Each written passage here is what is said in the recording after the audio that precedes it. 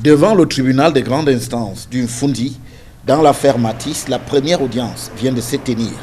Bien que l'accusé principal, Nwafo, ait adopté la démarche du plaidé coupable, le tribunal ne l'a pas suivi.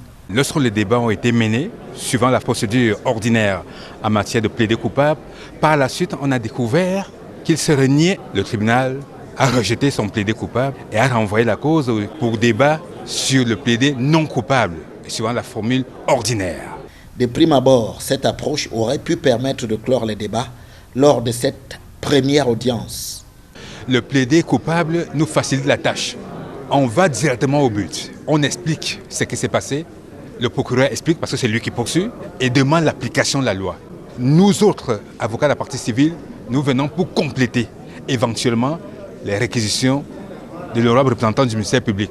Désormais, le tribunal va solliciter de l'inculpé Nwafo une version des faits plus cohérente et éloignée de ces dénégations, plaidant alors comme non coupable. Les débats ont eu lieu suivant la procédure de plaider coupable parce que l'accusé a plaidé coupable. Il s'est avéré que suivant la procédure en la matière, lorsqu'on lui a donné la parole, il a remis en cause certains actes, certaines affirmations, toute chose qui a poussé le tribunal à rejeter son plaidé coupable et à dire que l'affaire va se passer suivant la procédure du plaidé non coupable. Dans ces réquisitions, le ministère public a réclamé la peine de mort pour l'auteur de l'assassinat du petit Matisse.